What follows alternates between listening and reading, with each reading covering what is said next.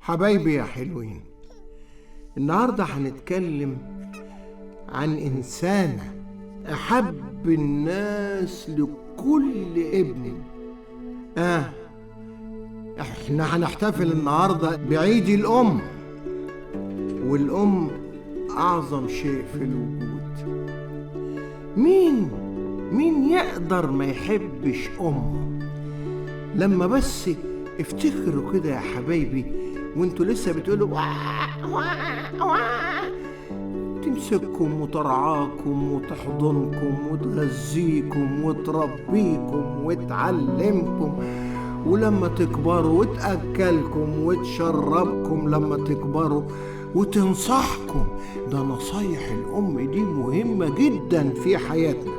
الجنة تحت أقدام الأمهات. تصوروا لو أنت بتحب أمك وبتسمع كلامها ومزعلهاش ولا أكنك هتخش الجنة، لازم تخش الجنة.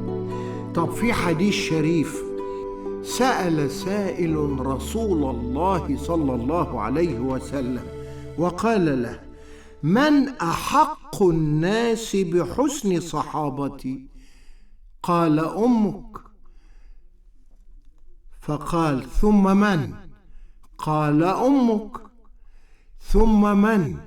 قال: أمك.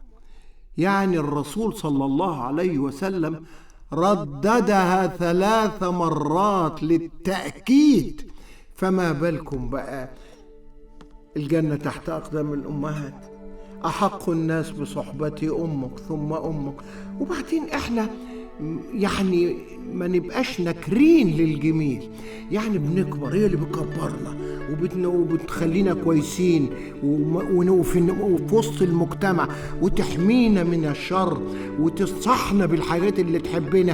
طبعا لازم نحتفل بقى 21 مارس بعيد الأم ونقول لها كل سنة يا حبيبتي، كل سنة يا غالية، كل سنة اللي ما نقدرش نستغنى عنك.